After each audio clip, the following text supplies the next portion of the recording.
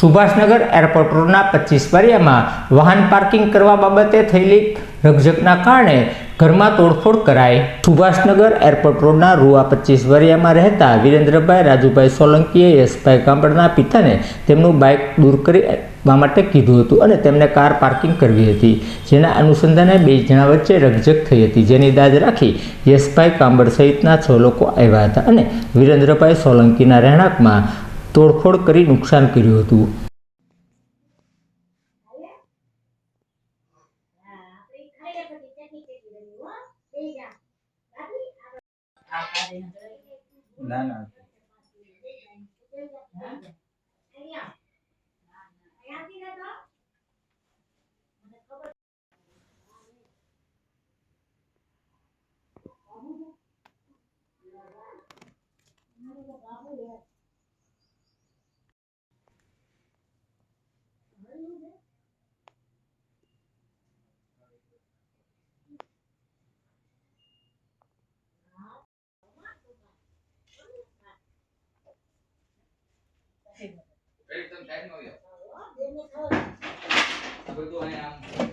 તમારું નામ?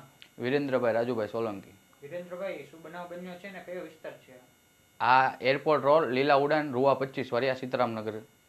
બનાવમાં એવું છે કે જ્યાં હું ડેઈલી મારી એક 4 વ્હીલ કાર છે ત્યાં મેકતો, ત્યાં એની હોન્ડા મેકેલી હતી, તો ત્યાં હોન્ડામાં મેં એક છોકરાને ઘરે એને બોલાવવા મેકલ્યો। મેં એને એમ કીધું, ભાઈ આ તમારી હોન્ડા ઘડીક સાઈડમાં લઈ લો તો હું મારી ગાડી મેકી દઉં, તમે પછી પાછી મેકી દો। તો એ ભાઈ ફૂલ પીધેલા હતા। પછી એ લોકોએ મને મારવા માટે અહીંયા મને લગભગ 7 થી 8 જણાને બોલાયા એ લોકોએ, એમાં 3 લેડીઝ હતી અને 4-5 જેન્ટ્સ હતા। પછી હું તો કાંઈ ઘરે નહોતો, હું ભાગી ગયો હતો બહાર, બરાબર। એટલે પછી મેં રાત્રે 2 વાગે આવીને જોયું તો મારા ઘરમાં આ બધી તોડફોડ થયેલી હતી।